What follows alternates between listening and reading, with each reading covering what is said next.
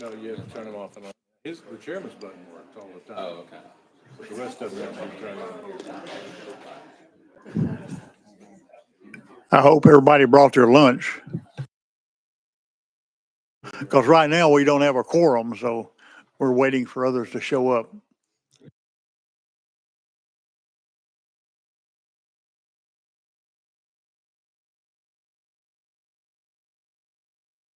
You hit it like, where's it? Oh, that's mine. Okay. But his comes on all the time.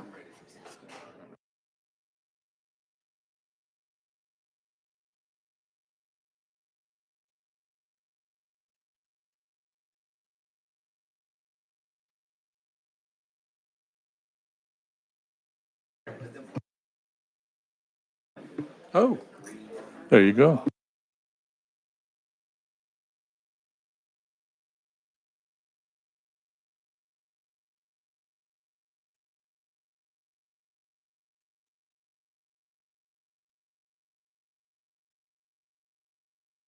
Push that one.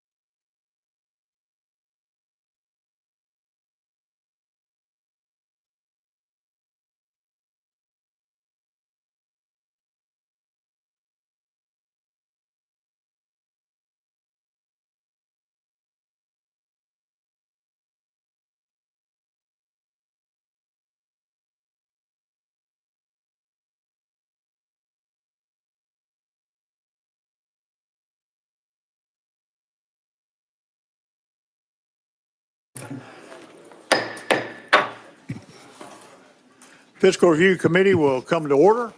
Madam Clerk, take the roll. Senator Bailey, Representative Bricken, Senator Campbell, Representative Darby, Representative Dixie, Senator Gardenhire, Present. Representative Hicks, Representative Hicks of Washington. You're both. Okay, thank you. Representative Howell, Representative Littleton, Senator Rose, Representative Shaw, Senator Sutherland, Senator Watson, Senator Yeager, Senator Yarborough. You have a quorum. Thank you, Madam Clerk. We'll move to the consent calendar on statewide contracts. Do I have a motion? Have a second? Have a second. Any comments or questions on the statewide contracts? I see none. We're ready to vote. All in favor, say aye. We need a roll call on this. All in favor say aye. Nays? Ayes have it. Thank you. Agency term contracts. Do I have a motion? Motion. Have a second? I heard a second on that. Any comments or questions on the agency contracts? I see none. You ready to vote? All in favor say aye. Aye. Opposed, nays? Ayes have it. I'll turn the calendar over to Chairman Howell. Thank you, Mr. Chairman. Members, we have 13 items on the calendar. I'll let you know item number 3 has been rolled at the request of the sponsor. So that leaves us with 12 items. We'll get through them as quickly as possible. So we will ask the Tennessee Public Utility Contract number 1 if they would come forward to the table, and also ask Tennessee Wildlife Resource Agency if they would come to the other table in the essence of time, and that will keep us moving rather quickly. So without delay, we'll go to contract number 1 and Tennessee Public Utility Commission, and you are recognized, sir. Thank you, Chairman Howell and committee members. My name is Tim Schwartz. I'm with the Public Utility Commission. And with me is Monique Brazelton. She's our program administrator of this program that's before you. Hamilton Relay provides analog telephone services for those with speech, hearing, and visual impairments. The current contract expires April 30th, and we issued an invitation to bid, which resulted in 2 exceedingly high bids. One was for $9 million, and the other was for $9.3 million for a 2-year contract period. As a result, being as high as they were, we are recommending today exercising a 1-year maximum liability extension of $350,000. There is a motion, but we have a question. Representative Bricken. Any reason those other 2 contracts were so, outrageously more than the current contract for operations? Well, what we've learned over the last several years is, this is an analog service and everything's moving to IP. So it's just not, everyone's trying to get out of this business, and there's only 2 providers that remain in this space. So I think this is something that we need to take upon ourselves in the next few months to figure out what we're going to do moving forward, because this is a declining industry. Any follow-ups? Any other questions? Members, this is a late file contract, so we will have to call the roll. One more question before we, you can control the mic from your own desk in this particular committee, so go ahead and bunch your button. All right, thank you, Mr. Chairman. My question is that you made a statement that it is a declining field or industry. So what's the plan going forward? Because after this 1 year, then what happens? Right. So we will need to decide if we're going to put out for bid again, or we have the delegated responsibility from the FCC. So I think we need to look at the legal process for transitioning everyone to the internet protocols. That's been going on just in the marketplace anyway. And that's why the companies are getting out of the business. Any follow-up? Okay. Any other questions? We're ready to vote. Madam Clerk, please call the roll. Senator Bailey, Representative Bricken, Senator Campbell, Representative Darby, Representative Dixie, Senator Gardenhire, Representative Hicks, Representative Hicks of Washington, Representative Howell, Aye. Representative Littleton, Senator Rose, Representative Shaw, Senator Sutherland, Senator Watson, Senator Yeager, Senator Yarborough. Ayes have it. Contract is approved. Thank you for coming. We'll move now to the Tennessee Wildlife Resource Agency and drop down to contract number 4 with mental health. If you'll come forward, please, and we will recognize the Tennessee Wildlife Resource Agency. And Mr. Grimes, you're recognized. Thank you, Mr. Chairman. Torrey Grimes, General Counsel of Tennessee Wildlife Resources Agency, and to my right is Deputy Director Brandon Ware. We're seeking the committee's approval of a sole source contract with a maximum liability of $900,000 with the company Blue Water Docks LLC. They are a Chattanooga company that is going to provide skilled skilled labor and the equipment needed for access point creation, upgrades. We will be using this vendor to supplement some of the Bill Dance Signature Lake projects. And I'm open for any questions. You've heard the explanation. Any questions for the witness? Seeing none, are we ready to vote? I need a motion and a second. Have a second. We're ready to vote. All in favor of this contract, say aye. All opposed, nay. Ayes have it. Contract is approved. Thank you, sir. Moving now to mental health, we'll ask the Department of Health to come forward to the next table, and we're recognizing mental health at this time. You're recognized. Thank you, Mr. Chairman and committee members. My name is Angela Jackson. I'm the Assistant Director of Legislation and Rules with the Department of Mental Health and Substance Abuse Services. To my right, I have Mr. Gene Wood, the department's Budget Director. The Tennessee Department of Mental Health and Substance Abuse Services is seeking approval for the renewal of our contract to continue a 40-year relationship with Meharry Medical College and Middle Tennessee Mental Health Institute. Psychiatric residents from Meharry Medical College, under the supervision of a board-certified psychiatrist, participate in providing psychiatric and medical treatment to service recipients. We have a motion and a second, so that saves you some time. Thank you. Any questions for the sponsor? Seeing none, we're ready to vote. All in favor of this contract, please say aye. Aye. All opposed, nay. Ayes have it. The contract is approved. Thank you, Chairman. Thank you. Moving on to item number 3, Department of Health. We'll ask Labor and Workforce Development to please come forward. And Health Department's recognized. Good afternoon, Chairman and Committee. My name is Grayson Carter. I'm the Legislative Liaison for the Tennessee Department of Health. The department is seeking approval to amend a current contract with Prana Diabetes doing business as Habit New by extending the term 1 year and adding 2 renewal options. Habit New provides the Diabetes Prevention Program and Diabetes Self-Management Education and Support online delivery platform. This platform serves as a HIPAA-compliant means. Okay. Well, we have a motion and a second. Pending any questions? Any questions for the witness? Seeing none, we have one question. Representative Dixie. All right. Thank you, Mr. Chair. My colleague over here jumping the gun. I just have a quick question about the delivery of the online program. How do they solicit people? How do they let people know about what's going on? To me, diabetes is a big issue for me.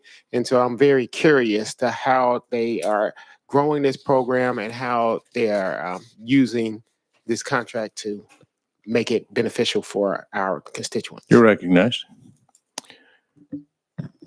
Yes, so they are going to be working with my department, the Diabetes Prevention Program at Central Office, and the organizations that already conduct diabetes prevention programs and diabetes self-management programs.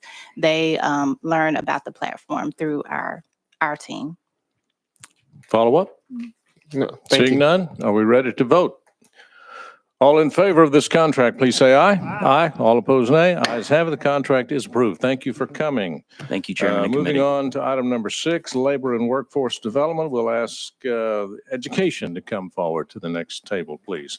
So we'll move back up to 6, Labor and Workforce Development. You're recognized. Good afternoon, Chairman and Committee. My name is Matthew Grove, Legislative Liaison with the Department of Labor and Workforce Development. I'm here this afternoon with Andy Summer, our Chief Financial Officer, and Chris Russ, our Deputy Assistant Commissioner for Employment Security. We're seeking your approval on an amendment to the existing Fast Enterprises LLC contract for unemployment benefits, originally awarded by RFP in September of 2022. We're requesting to expand the scope of the existing contract to include FAST's fraud identity verification services and increase the max liability by $2,293,545 to a max liability of $39,719,095. FIS provides fully managed cloud-based identity verification analytics and identity tools. FIS is implemented on a trial basis at rollout of the new UI benefits system last year. The combination of tools has resulted in more fraud detection and less false positives than with our current tool alone.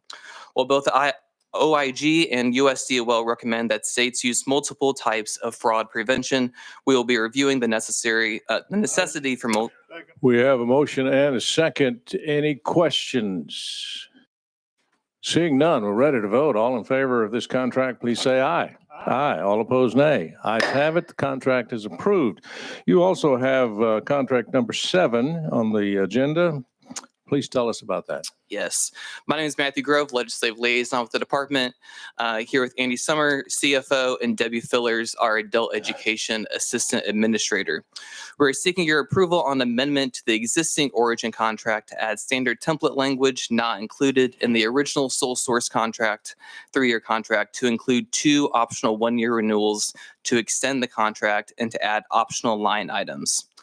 The Origin product provides a learning tool that include educational, rehabilitative, and workforce development services for incarcerated individuals in county jails across the state through programming delivered via protected proprietary platform made available on a correction-safe tablet. The programming can be delivered through self-service or hybrid learning with our adult education and workforce partners.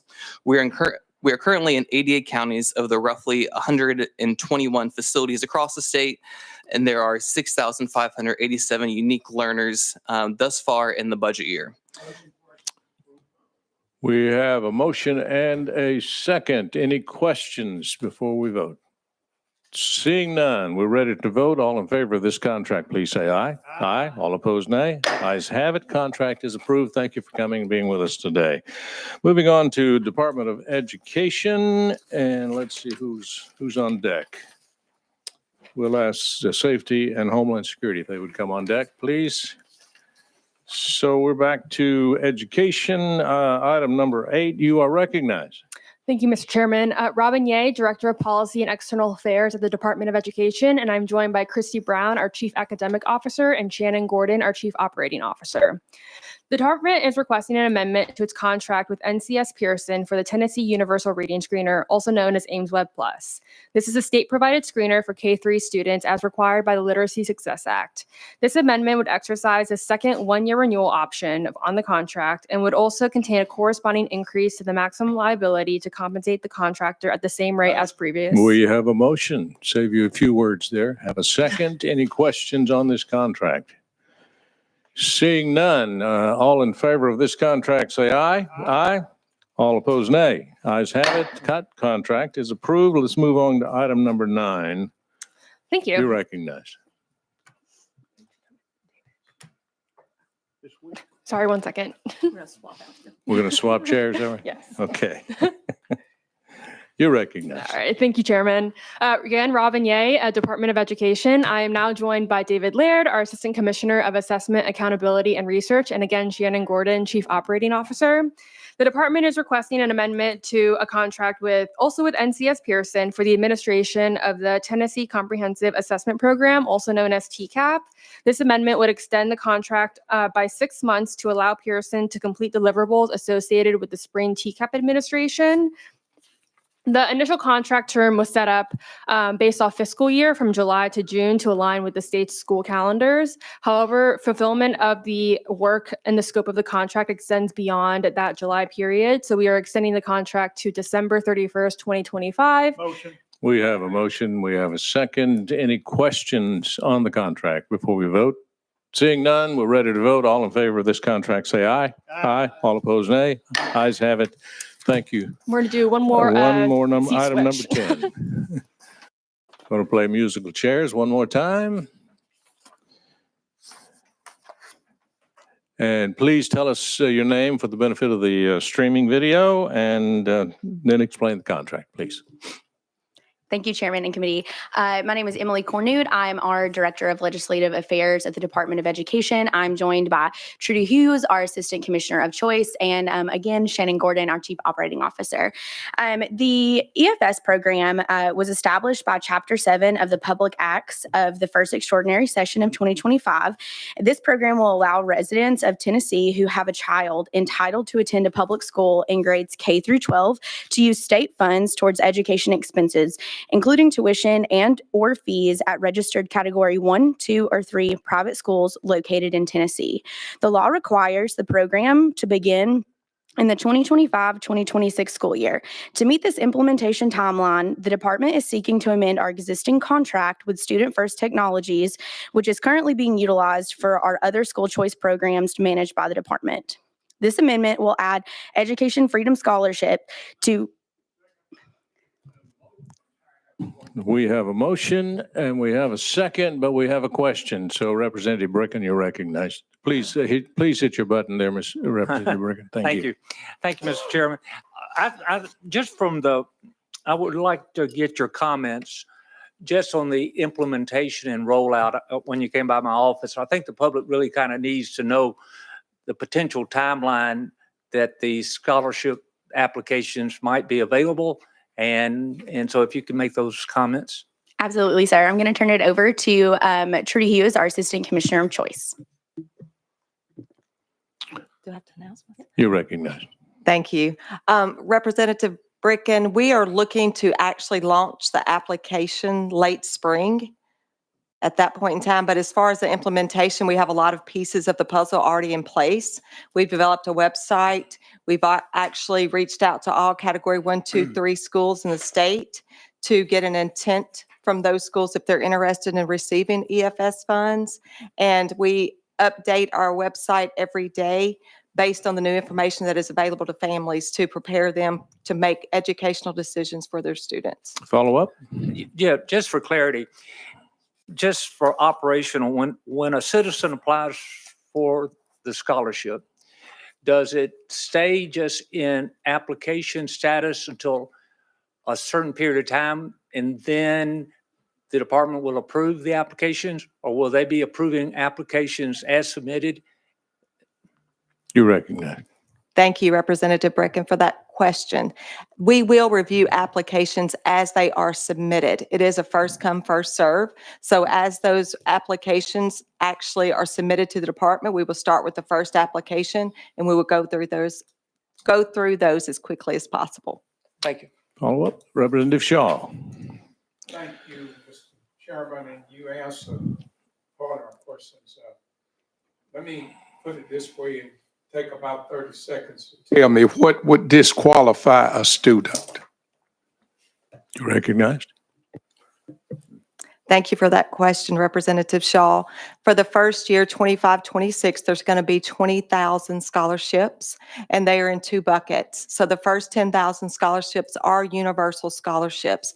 They're available to any student that's entitled to attend a public school grades K through 12. They do have to be, of course, a resident of Tennessee and also a U.S. citizen or lawfully present in this state and in this country. That's the first 10,000. There is a second bucket of scholarships that are available, and they do have criteria. The first criteria is that you have to fall within 300% below the free and reduced lunch that is actually through USDA guidelines. That is one of the buckets. You can also qualify for one of those 10,000 by qualifying for the individualized education account or the education savings account. And of course, they're able to demonstrate that based on guidance from the department, such as Tennessee Assistance to Needy Families, as well as SNAP, your Supplemental Nutrition Program. Follow up? No, sir. Okay. Representative Dixie, do you have a question? Thank you, Mr. Chairman. As far as the documents that are required, what kind of documentation is going to be need to be submitted by the parents or guardians? You're recognized. Thank you for that question, Representative Dixie. So when we think about the 300% to prove you fall within that threshold, we are asking families to submit their 2024 tax returns for that. And also, as I stated earlier, if they can prove they have state benefits for TANF or SNAP, that would meet that too. As far as the IEA, which is the Individualized Education Account, and the Education Savings Account, those are 2 separate programs, and they will need to meet the qualifications that are identified within those programs that are written in both law and rule. Very good. Representative Chairman Hicks. Thank you, Mr. Chairman. And just to make sure that I heard you right, you actually said 300% below free and reduced. It's actually 300% above free and reduced. Thank you for that. I apologize. You're exactly right. Yeah, just wanted to make sure. Yes, Thank you very thank much. you. Thank For you. the Thank you, record, Chairman. Thank you. Chairman Watson. Thank you. I'm going to bring us back to the contract discussion that we're having, not relitigate the bill. The proposed amendment seeks to add or to expand the scope. Is there should we anticipate some type of procurement in the future regarding the functions of this process, and when might we anticipate that procurement? You're recognized. Thank you. Yes, sir. You would anticipate that we will release a competitive RFP due to the expanded services and scope this summer. Follow up? Any other questions? We ready to vote? All in favor of this contract, say aye. Aye. All opposed, nay. Ayes have it. Contract is approved. Thank you for being with us today. Moving now to Safety and Homeland Security, and I believe you will finish out our agenda today. Ben, good to see you. Tell us about contract item number 11 with Bell Towers, Textron, Bell Textron. Thank you, Chairman and Committee. Ben Voitis, Legislative Liaison for the Department. I have with me Chief Budget Officer for the Department, Sonia Hadley. The Department of Safety and Homeland Security is seeking approval to amend the current contract with Bell Textron. The amendment is needed to add funding to accommodate changes to complete the outfitting of the Bell helicopters. The maximum liability will be increased by. We have a motion, save you some time. Any questions? Seeing none, we're ready to vote. All in favor of this contract, say aye. Aye. All opposed, nay. Ayes have it. That contract is approved. Let's go to item 12. And again, you're recognized. Thank you, Chairman and Committee. Ben Voitis, Legislative Liaison for the Department. The Department of Safety and Homeland Security is seeking approval for a new contract with Bufford, Goff and Associates to continue receiving development and management services for the Tennessee Advanced Communications Network. The state is currently involved in phased build-out of the TACAN system to expand the network by more than 200 sites. This contractor. We have a motion and a second. Any questions? Seeing none, we're ready to vote. All in favor of this contract, say aye. Aye. All opposed, nay. Ayes have it. That contract is approved. Bringing us to the one we've been looking for, item number 13. You recognize. Thank you, Chairman and Committee. Ben Voitis, Legislative Liaison for the Department. Per the SDS endorsement contract, this contractor's name is confidential per the TCA.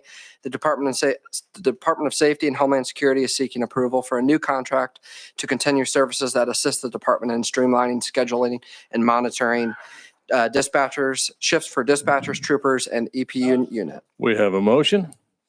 We have a second. Any questions on this contract? Seeing none, we're ready to vote. All in favor, say aye. Aye. All opposed, nay. Ayes have it. The contract is approved.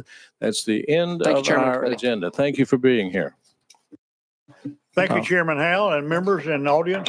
Just one item of business that we need to talk about. The next meeting, and we're waiting on all the approvals for this, is May the 21st at 10 a.m. That's tentatively scheduled. So I guess we'll be checking everybody to make sure that's a good time to have the meeting. May 21st, 10 a.m., our next meeting. With that, any other questions or comments? Senator Watson, you don't have your hand. We stand adjourned. Yes, sir. That one didn't take long.